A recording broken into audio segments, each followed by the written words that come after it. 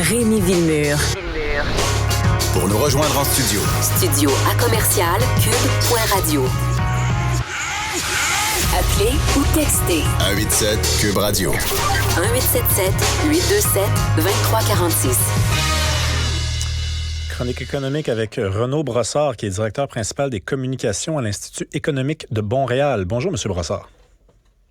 Bonjour. Alors, vous voulez nous parler des transferts en santé?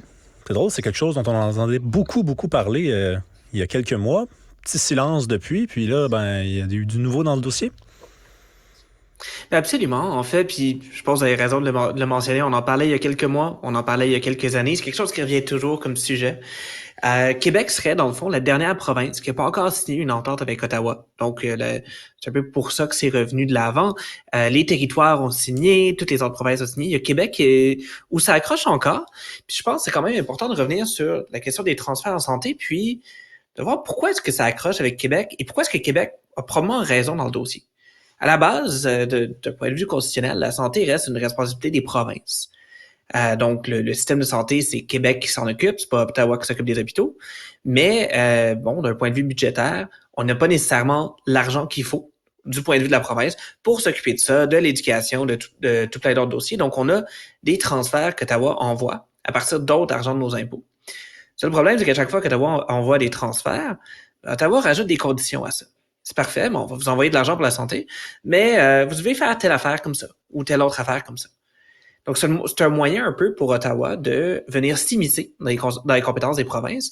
Et je pense que c'est important de mentionner que si Québec résiste encore à une nouvelle entente ici, c'est entre autres parce que Québec essaye de défendre son autonomie contre un certain désir de centralisation d'Ottawa.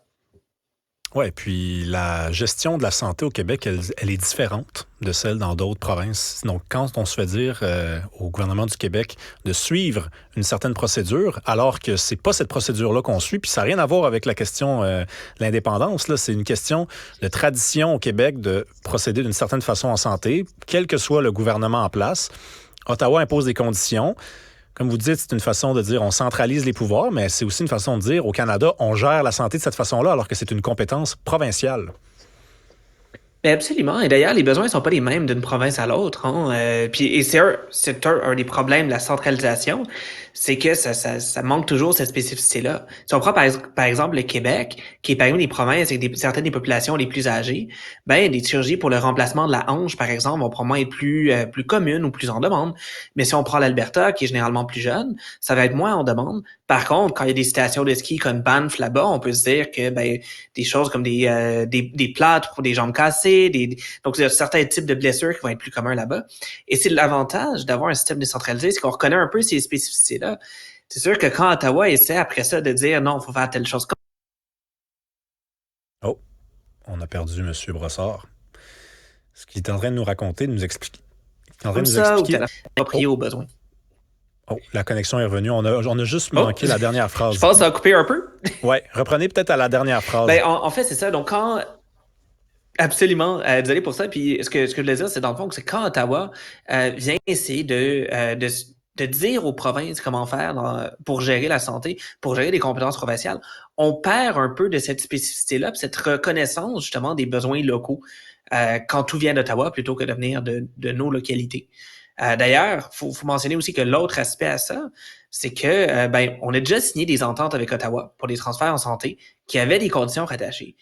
Ce qu'on a vu depuis, c'est que quand Ottawa n'est pas exactement satisfait, Ottawa retranche du financement. Donc, au mois de mars dernier, comme les délais d'attente étaient très longs en santé, il y a des gens qui se tournaient vers des cliniques indépendantes pour faire certains soins. À cause de ça, Ottawa a dit, parfait, mais l'an prochain, on retranche 43 millions au financement de la santé au Québec. Donc, c'est des choses comme ça qui ne permettent plus aux provinces d'innover. Et la raison là-dedans, c'est simplement que Ottawa les empêche avec ces transferts. Oui, puis on est dans le domaine de la santé, il y a toute l'histoire aussi du programme dentaire, là. Le NPD a signé une entente avec le Parti libéral du Canada pour ne pas déclencher d'élection, à condition que le Parti libéral, le gouvernement Trudeau, mette de l'avant le programme d'aide dentaire pour les Canadiens. Mais ce programme-là existe un petit peu déjà au Québec et les Québécois vont payer pour ce programme-là, auquel ils n'auront pas de toute façon besoin d'y avoir accès. Absolument. Et il faut dire, c'est pour ça qu'à la base, c'était des compétences provinciales. C'était justement pour permettre à chaque province de faire à sa façon, de tester des façons de faire. Et c'est possible qu'il y ait des façons qui marchent pas. Mais ça nous permet d'avoir une dizaine de façons de faire qui sont essayées en même temps. Et après ça, ben, les provinces qui voient qu'une façon de faire fonctionne bien dans la province voisine peuvent l'adopter, peuvent essayer de voir s'il y a un moyen de l'adapter à leur réalité locale, ou peuvent dire, ben, nous autres, on va préférer dépenser notre argent ailleurs. Mais quand on a le fédéral, justement, qui arrive avec des programmes comme ça, ben malheureusement, on est tous pris à payer pour et ça ne répond pas toujours à nos besoins et ça ne fait pas toujours notre affaire d'un point de vue plus local. Vous voulez nous parler aussi de productivité. On apprend dans le Globe and Mail ce matin que les données de croissance du PIB, dont le fédéral se félicitait en sortant de la pandémie, eh bien, elles ne sont pas liées à l'augmentation, finalement, du PIB. Ben, exact. Et d'ailleurs, je pense que c'est important de le mentionner. Donc, au sortir de la pandémie, Justin Trudeau se félicitait, disait que le Canada avait la meilleure croissance des pays du G7. Quand on regarde un peu plus loin dans les chiffres, on a la meilleure croissance juste parce qu'on a plus de monde.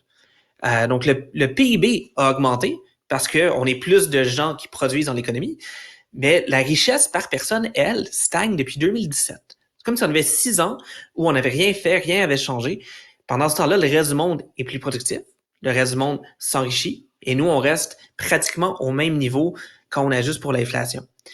Et ça, faut quand même le mentionner, en 2015, quand les libéraux ont fait leur campagne, quand Justin Trudeau est arrivé au pouvoir, un des thèmes clés qu'ils avaient était le fait que l'économie canadienne allait mal, la productivité ne croissait pas, et la solution que nous proposait, c'est des gros déficits, c'est de l'investissement en infrastructure, c'était des nouveaux programmes, attirer de l'immigration, et ils nous disaient, ben écoutez, ça va permettre de régler le problème de productivité, puis faire rehausser notre niveau de richesse collective.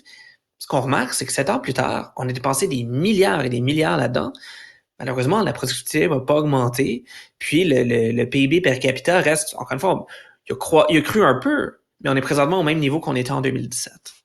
Et c'est ça le vrai indice de richesse. C'est pas tellement le PIB, c'est le PIB par habitant, puisque le PIB par habitant, c'est la richesse des individus. Mais comme vous dites, on a ajouté des gens à la population, donc forcément, on a le PIB a augmenté, puisque ces gens-là ont un PIB par habitant, on l'additionne, ça augmente le PIB. Mais ces gens-là ont besoin de services. Ces gens, donc, en fin de compte, il y a une étude la semaine dernière qui démontrait que le PIB par habitant baisse grâce à l'immigration. L'immigration fait baisser le PIB par habitant. C'est des choses qui peuvent arriver. Par contre, l'immigration ne fait pas nécessairement baisser. Puis là, d'ailleurs, c'est ce qui était d'ailleurs très intéressant dans le texte du Globe, c'est qu'il disait, bon, présentement, la raison pour laquelle on a eu une croissance du PIB, donc de la taille de notre économie, ça a été l'immigration, mais on ne s'est pas enrichi d'un point de vue individuel. Le PIB per capita est resté le même sensiblement.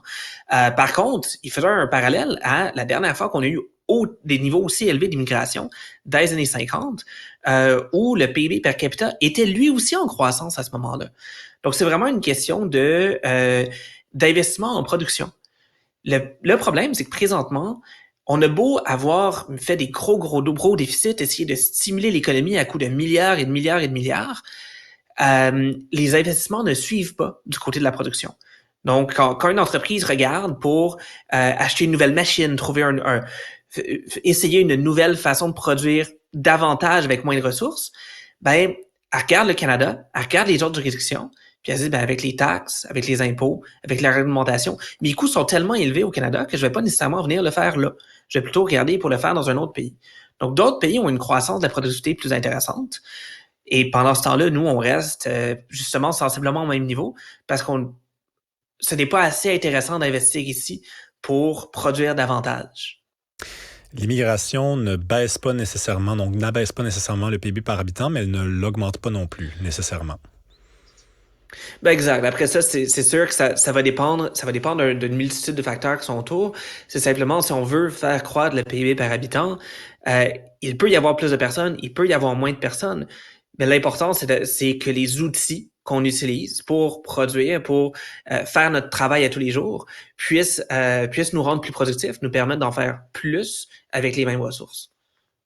Renaud Brossard, vous êtes directeur principal des communications à l'Institut économique de Montréal. Merci beaucoup. Toujours un plaisir.